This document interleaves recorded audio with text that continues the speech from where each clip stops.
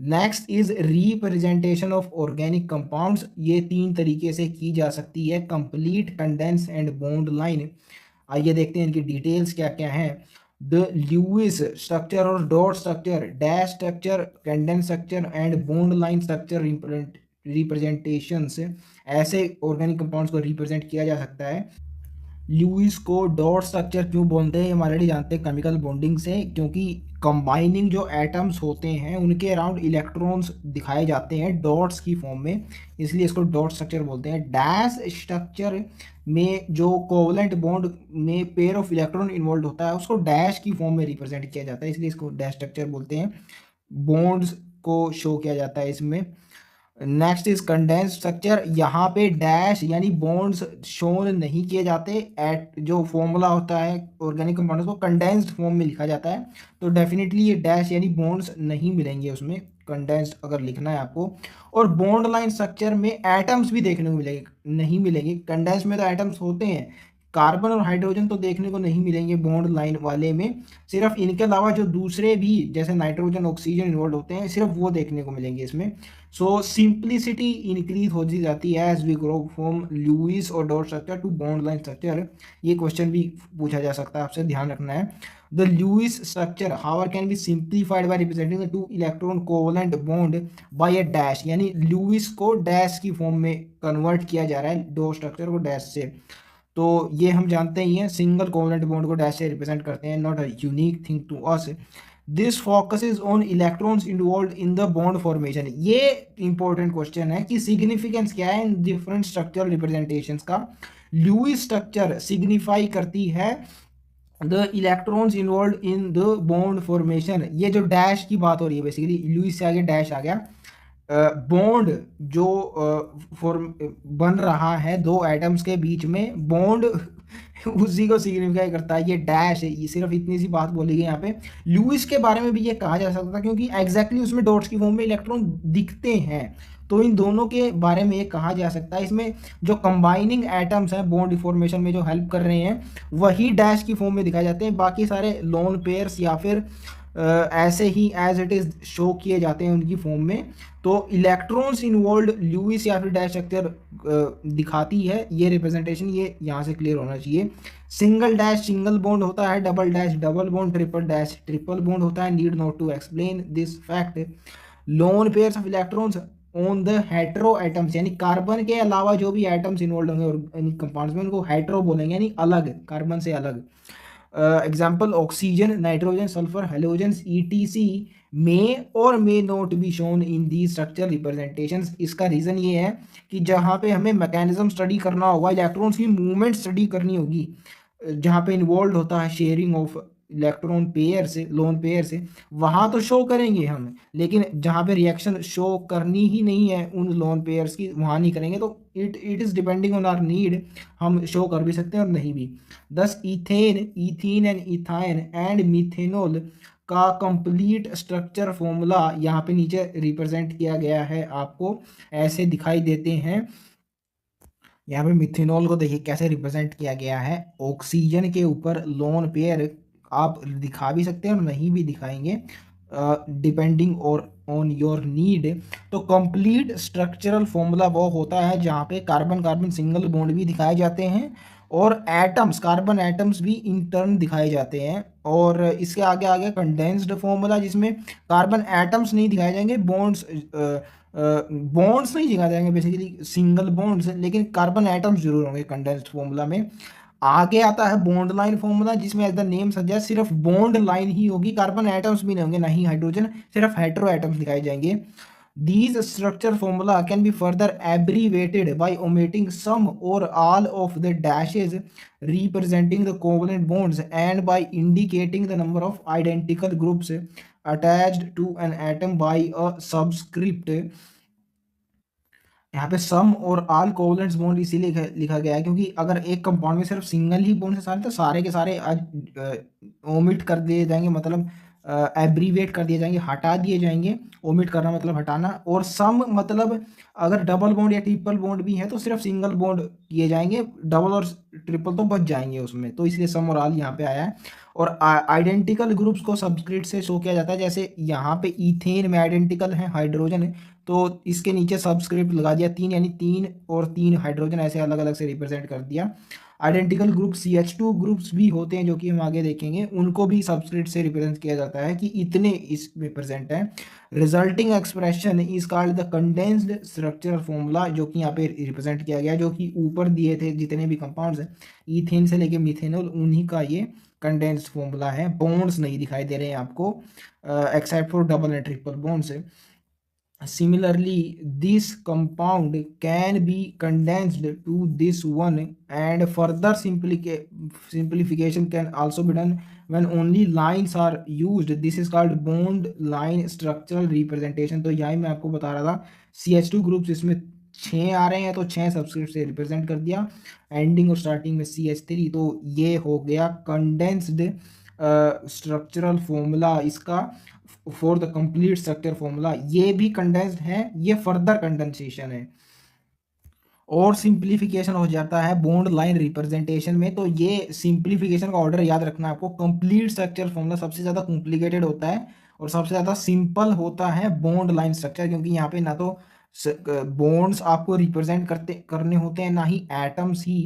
Carbon and hydrogen atoms are not shown here bond line, यानी सिर्फ bonds दिखेंगे।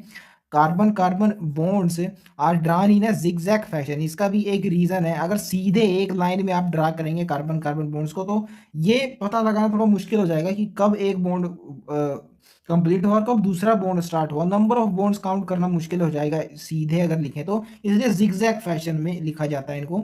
The only atoms specifically written are oxygen chlorine nitrogen etc, यानी hetero atoms को carbon और hydrogen के अलावा लिखा जाता है। The terminal denote methyl groups unless indicated otherwise by any other functional group, while the line junction denote the carbon atoms bonding to appropriate number of hydrogen required to satisfy the valency of the carbon atoms। यानी जो बीच में zigzag fashion में जो cuts आते हैं, बीच में junctions आते हैं, those represents carbon, and depending upon कौन से बॉन्ड से जुड़े हुए, कार्बन कार्बन डबल बॉन्ड या सिंगल बॉन्ड, कार्बन की वैलेंसी को उसके अलावा सेटिस्फाई करने के लिए हाइड्रोजन जोड़ देने, आपको ऐसे दिखाने नहीं है, समझना ही है वहाँ पे, क्योंकि हाइड्रोजन भी नहीं दिखाए जाते, बेसिकली वैलेंसी पूरी की जाती है इनसे। एंड जो टर्मिनल होता है वो CH3 ग्रुप रिप्रेजेंट करता है। इसका भी एक रीज़न है, जैसे यहाँ पे अगर देख ले हम, ये टर्मिनल है, ये टर्मिनल वाला कार्बन एसोसिएटेड है दिस कार्बन से सिर्फ एक ही बॉन्ड से, तो एक तो वैलेंसी सेटिस्फाई हुई, सिर्फ 3 बच गई, तो 3 को हाइड्रोजन रिप्रेजेंट करेगा, इसलिए हमेशा टर्मिनल एक CH3 ग्रुप ही होता है। एंड अगर आप दो दूसरा फंक्शनल ग्रुप वहाँ पे लगा दे तब तो फंक्शनल ग्रुप ही होगा ना, वही हो, बचा ही नहीं। अगर कुछ भी नहीं है तो इसके ये अज्यूम कर लिया जाता है कि वो CH3 ग्रुप होगा वहाँ पे। यहाँ पे अब एग्जाम्पल से बताया गया आपको 3 मिथाइल ऑक्टेन की स्ट्रक्चर कैसे होगी। ये है इसका कंडेंस्ड फॉर्मूला बेसिकली, क्योंकि यहाँ पे कोई भी कार्बन कार्बन बॉन्ड आपको शो नहीं किए गए हैं, सिंगल बॉन्ड, सिर्फ एक मिथाइल ग्रुप एसोसिएट दिखाया गया है, तो कंडेंस्ड फॉर्मूला इसको बोल सकते हैं। नेक्स्ट है कंप्लीट स्ट्रक्चर फॉर्मूला, क्योंकि कार्बन कार्बन बॉन्ड्स यहाँ पे आपको दिखाए गए हैं। और उसके बाद तीसरा रिप्रेजेंटेशन है बॉन्ड लाइन रिप्रेजेंटेशन, तो ये भी आपको बताना आना चाहिए बेस्ड ऑन द फैक्ट्स और concept you have study in the theory, कि कौन सा किस टाइप का है, कंप्लीट स्ट्रक्चर है, कंडेंस्ड है, या फिर बॉन्ड लाइन रिप्रेजेंटेशन है। नेक्स्ट इज 2 ब्रोमोब्यूटेन, इसको रिप्रेजेंट किया गया डिफरेंट वेज में, पहला कंडेंस्ड है, दूसरा कंप्लीट है, और तीसरा है बॉन्ड लाइन रिप्रेजेंटेशन। जो हेटेरो एटम्स है ब्रोमीन, सिर्फ उसी को रिप्रेजेंट किया गया है कंप्लीट फॉर्मूला से, उसके नाम से basically. In cyclic compounds bond line formulas look something like this, तो साइक्लोप्रोपेन ऐसे दिखता है। हम जानते हैं कि जो जंक्शन होगा, जो कट होगा, वो कार्बन रिप्रेजेंट करेगा, 3 कार्बन है तो it would be 3, it would be propane. Basically ये चीज़ हम आगे देखने वाले हैं, 3 कार्बन को प्रोप बोलते हैं। मीथेन और ईथेन होता है, मीथ और ईथ होता है, 1 और 2 कार्बन, ये आगे आने वाला है, पहले ये बताने की ज़रूरत नहीं थी यहाँ पे, वैसे दिखाना ज़रूरी था कि साइक्लिक को कैसे रिप्रेजेंट करते हैं, लेकिन नाम के लिए आपको चिंता करने की ज़रूरत नहीं है। प्रोपटीन को बोलते हैं, वैसे आपको पता भी होगा, 10th क्लास में भी पढ़ाया जाता है। पेंट को बोलते हैं 5, यहाँ पे 5 कार्बन दिखा रहे हैं, तो साइकिल है, एक रिंग है 5 कार्बन की, तो साइक्लोपेंटेन हुआ। और 6 यहाँ पे carbonate would be cyclohexane, and chlorine जुड़ा है एक साइड पे, इसको क्लोरो बोलेंगे। यहाँ पे कोई भी साइट यूनिक नहीं है, कहीं भी जोड़ देंगे तो वो कोई फर्क नहीं पड़ेगा, इसलिए इसका सब्स्टिट्यूएंट नंबर नहीं इंडिकेट किया गया। It would be only chloro cyclohexane only. So that's how bond line representation cyclic compounds के लिए शो की जाती है। अब है चौथा एग्जाम्पल इस चैप्टर का, एक्सपेंड करने हैं आपको condensed formulas into their complete structure formula. तो ये कोई ज़्यादा मुश्किल टास्क नहीं है, डेफिनेटली आप कर सकते हैं इन दोनों को।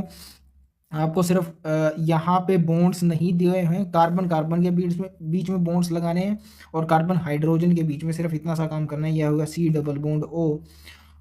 एंड और कुछ ज़्यादा मुश्किल है नहीं इनमें। पांचवा एग्जाम्पल, कंडेंस्ड फॉर्मूला और बॉन्ड लाइन फॉर्मूला लिखना है आपको फॉर द फॉलोइंग कंपाउंड्स। तो ए पार्ट में आपको ऑलरेडी एक कंडेंस फॉर्मूला गिवन ही है, इसमें फर्दर कंडेंसेशन आपसे पूछ रहा है करवाने को। यहाँ पे 3 CH2 ग्रुप्स हमें दिखाई दे रहे हैं, तो इनको CH2 थ्राइस करके लिखा जा सकता है, और आई डोंट थिंक सो इसमें और कुछ कंडेंस करने लायक है। सो CH2 थ्राइस हमने किया है यहाँ पे, बाकी वैसे का वैसे इसको छोड़ दिया गया है। बी पार्ट के अंदर हमको 2 साइनाइड्स ग्रुप दिखाई दे रहे हैं, इनको हमें सब्सक्रिप्ट कर देना होगा 2 लगा के, यानी 2 साइनाइड ग्रुप्स हैं यहाँ पे, सिर्फ इतना करना है इसमें, बाकी एज इट इज लिख देना है। This would be the condensed formula. And bond line formula के अंदर कार्बन और हाइड्रोजन एटम्स को शो नहीं करना है, सिर्फ इतना करना है आपको, बाकी सेम चीज़ है ये। Cyanide groups as it is show के दिया गया है, मतलब ट्रिपल बॉन्ड भी यहाँ पे शो नहीं किया गया। ऑफ कोर्स कंडेंस्ड फॉर्म है तो ऐसा ऑब्वियस है कि ऐसा होना चाहिए। तो this would be the bond line formula. I don't think so you would find difficulty in doing so. Sixth example में आपको एक्सपेंड करने हैं बॉन्ड लाइन फॉर्मूला को to show all the atoms, यानी कंप्लीट स्ट्रक्चर फॉर्मूला में expansion करना है आपने। सो इनमें सिर्फ एक चीज ध्यान रखिए, जो टर्मिनल्स होंगे ये CH3 ग्रुप रिप्रेजेंट करेंगे, जंक्शंस कार्बन एटम्स रिप्रेजेंट करेंगे, एंड उनकी वैलेंसी को कंप्लीट करने के लिए आप हाइड्रोजन लगा दीजिए। सिर्फ ये 3 चीजें आपको इनमें करनी है। You will get the solutions for all these formula. I don't think so you will find any difficulty in doing so. अब सीधे हम देख लेते हैं 3 dimensional representation of organic molecules. ये चीज़ आपके काम आने वाली है जब आप ऑप्टिकल आइसोमेरिज्म पढ़ लेंगे, तो वहाँ पे आइसोमर्स होते हैं, ऑप्टिकल आइसोमर्स, उनमें इन सिंबल्स का यूज आपको देखने को मिलेगा। So that's why we have to learn these symbols with utmost importance. Organic molecules की 3D स्ट्रक्चर्स को रिप्रेजेंट किया जा सकता है on paper means 2 dimensional plane by using certain convention, जिसमें जो in the plane of the paper bond होता है उसको नॉर्मल लाइन से रिप्रेजेंट करते हैं, एंड बचे 2 above and below plane of the paper, उनके लिए हम सॉलिड एंड डैश्ड वेज का इस्तेमाल करते हैं। Solid wedge is use to indicate a bond out of the plane of the paper and towards the observer, and dashed wedge indicates a bond which is away from observer. इसको ऐसे याद रखते हैं, solid से सामने यानी जो observer के सामने है वो सॉलिड वेज से रिप्रेजेंट करेगा बॉन्ड उसको, एंड डैश्ड से down means below the plane of the paper away from the observer, उसको डैश्ड वेज से रिप्रेजेंट करेंगे। And the broad end is towards the observer, यानी चाहे सॉलिड वेज हो चाहे डैश्ड हो, उन सब में दोनों में ही जो ब्रॉड एंड है बॉन्ड का ये ऑब्जर्वर के टुवार्ड्स है। ये समझ में भी आता है, ब्रॉड एंड मतलब वो बड़ा है, एंड कोई चीज़ अगर हमें बड़ी दिखाई दे रही है इसका मतलब हमारे पास है वो, तो इसी से समझा जा सकता है कि टुवार्ड्स द ऑब्जर्वर होगा ये। एंड यही चीज़ें आपको स्ट्रक्चर के थ्रू समझाई गई है नीचे। इस रिप्रेजेंटेशन को बोलते हैं वेज एंड डैश रिप्रेजेंटेशन। क्या करती है ये, 2D शेप के ऊपर यानी 2D प्लेन के ऊपर पेपर के ऊपर 3D ऑर्गेनिक मॉलिक्यूल के स्ट्रक्चर को रिप्रेजेंट करने के लिए इसका यूज़ किया सकता है। एंड यहाँ एग्जांपल लिया गया CH4 मॉलिक्यूल का विच इज टेट्राहेड्रल, यानी 3 डायमेंशनल स्ट्रक्चर होती है इसकी। इसके ऊपर प्लेनर आती है जिसमें 2 ही होते हैं, एंड इसके ऊपर लीनियर होती है फिर जिसमें सिर्फ एक लाइन ही होती है, यानी 1 डायमेंशनल। तो ये क्वाइट जस्टिफाइड है कि इसमें CH4 ही क्यों एग्जाम्पल लिया गया, because it's a tetrahedral molecule representing 3D structure. Next is molecular models. These are physical devices for better visualization of 3D shapes of organic molecules है। ये बने हो सकते हैं वुड, प्लास्टिक या मेटल से, किसी भी सॉलिड चीज़ से इनको बनाया जा सकता है। जैसे कि हम आगे देखेंगे इनकी स्ट्रक्चर से हमें इनमें स्टिक्स दिखाई देंगी और स्फीयर्स दिखाई देंगे जो कि सॉलिड्स होते हैं। ये 3 टाइप के पाए जाते हैं, framework model, ball and stick and space filling model. पहला है फ्रेमवर्क, जैसा कि नाम बता रहा है, इसको हमें एनालॉजी से याद रखना है। ह्यूमन बॉडी के अंदर, ह्यूमन बॉडी को जो फ्रेमवर्क होता है, हमारा स्केलेटन होता है, स्केलेटन में बोन्स पाई जाती हैं। तो जैसे स्केलेटन का फ्रेमवर्क बोन से मिलके बना होता है, वैसे यहाँ पे फ्रेमवर्क मिलके बना होगा लाइन से या फिर स्टिक से, आप कह सकते हैं। यहाँ से सिर्फ इतना आपको याद रखना है कि इसमें स्फेयर्स नहीं पाए जाएंगे। जैसे स्केलेटन में सिर्फ बोन्स होती हैं यानी स्टिक्स, तो यहाँ पे सिर्फ स्टिक्स यानी बोन्स होंगे, स्फेयर्स नहीं पाए जाएंगे, सिर्फ बोन्स होंगे इसमें। इतना आपको इन्फर आउट करना आना चाहिए यहाँ से। framework model on in the framework model only the bonds containing the atoms of molecule, not the atoms themselves, are shown. Now it must be clear to you, this model emphasize the pattern of bonds, ignoring the size of atoms. तो spheres जो या फिर बाल से atom को represent करते हैं वो इसमें होते ही नहीं है, इसलिए साइज को तो इग्नोर करेगा ही एटम्स को। एंड क्योंकि इसमें सिर्फ बॉन्ड्स पाए जाते हैं, so it must show the pattern of bonds only around the central atom of the peripheral atoms that are attached to it. Next is ball and stick model, जैसा कि नाम बता रहा है, इसमें balls represent करेंगे atoms को, जिसमें both atoms and bonds are shown. Ball represent atoms and stick denotes bond. Carbon carbon double bond वाले कंपाउंड्स को बेस्ट रिप्रेजेंट किया जा सकता है bye spring in place of sticks. तो इसको ऐसे याद रखिए, स्प्रिंग क्योंकि वीक होती है, मजबूत नहीं होती है एज कंपेयर टू स्टिक। जैसे कि पाई बॉन्ड वीक होता है as compare to a sigma bond, तो वैसे ही स्प्रिंग रिप्रेजेंट करेगी पाई बॉन्ड को। ऐसे इसको याद रखना आपने, कार्बन कार्बन डबल बॉन्ड में पाई बॉन्ड आता है क्योंकि। एंड दूसरा फ्लेक्सिबल भी होती है स्प्रिंग, स्टिक नहीं होती flexible. And pi bond flexible यानी वीक होते हैं, तो इसको ऐसे भी याद रखा जा सकता है। एक और तरीका है, स्प्रिंग में पी आ रहा है और पाई बॉन्ड में पी आता है, स्टिक में कहीं नहीं आ रहा, तो ऐसे भी इसको समझा जा सकता है कि मल्टीपल बॉन्ड्स जहाँ पे होंगे डबल या फिर ट्रिपल, वहाँ पे स्प्रिंग्स का इस्तेमाल करेंगे। तो इन मॉडल्स को बोला जाएगा ball and spring model. Space filling model है लास्ट वाला, जैसे कि नाम से क्लियर हो रहा है इसके, इसमें जो सेंट्रल एटम है उसमें कुछ स्पेसेस क्रिएट कर दिए जाएंगे और फिर दूसरे एटम्स को एज अ स्फेयर यानी बाल्स अज्यूम करके उन स्पेस को भरा जाएगा, उनके साथ जोड़ा जाएगा। So that's how it is space filling model. It emphasizes the relative size of each atom based on the van der Waals radius. तो ये different types of radius periodicity chapter में पढ़ चुके हैं हम। यहाँ पे कोवेलेंट रेडियस नहीं रिप्रेजेंट की जा रही, वंडरवाल इसलिए की जा रही है क्योंकि एक्चुअल रेडियस किसी भी एटम की वंडरवाल ही होती है। कोवेलेंट तो कम हो जाती है एज कम्पेयर टू वंडरवाल, क्योंकि मर्ज हो जाते हैं कोवेलेंट रेडियस में, दो एटम से जुड़ जाते हैं एक दूसरे से, कम आती है वो। तो क्योंकि यहाँ पे एक्चुअल रेडियस रिप्रेजेंट करेंगे इसलिए वंडरवाल आएगा। ये चीज़ें पीरियोडिक क्लासिफिकेशन में से हम क्लियर कर चुके हैं already. The bonds are not shown in this model. It conveys the volume occupied by the each atom. तो रेडियस हमारे पास आ गई, तो 4/3 πr³ से वॉल्यूम भी आ जाएगी, it's not a big thing. And क्योंकि स्पेयर्स यानी बाल्स ही रिप्रेजेंट की जा रही हैं इसमें, तो it does not show bonds. ये भी चीज़ क्लियर होनी चाहिए। बेसिकली यही मेन पर्पज़ है, यही मेन एडजेक्टिव है इन मोलिकुलर मॉडल्स का कि क्या रिप्रेजेंट कर रहे हैं, यही पूछा जा सकता है आपसे। फ्रेमवर्क सिर्फ बॉन्ड्स के पैटर्न ऑफ बॉन्ड्स को दिखा रहा है, बॉल एंड स्टिक दोनों को दिखाता है, साइज ऑफ एटम्स को भी एंड बॉन्ड्स को भी, पैटर्न ऑफ बॉन्ड्स दोनों चीज़ों को। और लास्ट है स्पेस फिलिंग मॉडल, जो कि सिर्फ वॉल्यूम कन्वे कर रहा है डिफरेंट एटम्स की, यानी वंडरवाल रेडियस कोवेलेंट नहीं, ये भी आपको याद रखना है। सो ये थे मोलिकुलर मॉडल्स। पर्पस भी इन जनरल आपको पता होना चाहिए, जो कि दिखता ही है इनकी अपीयरेंस से।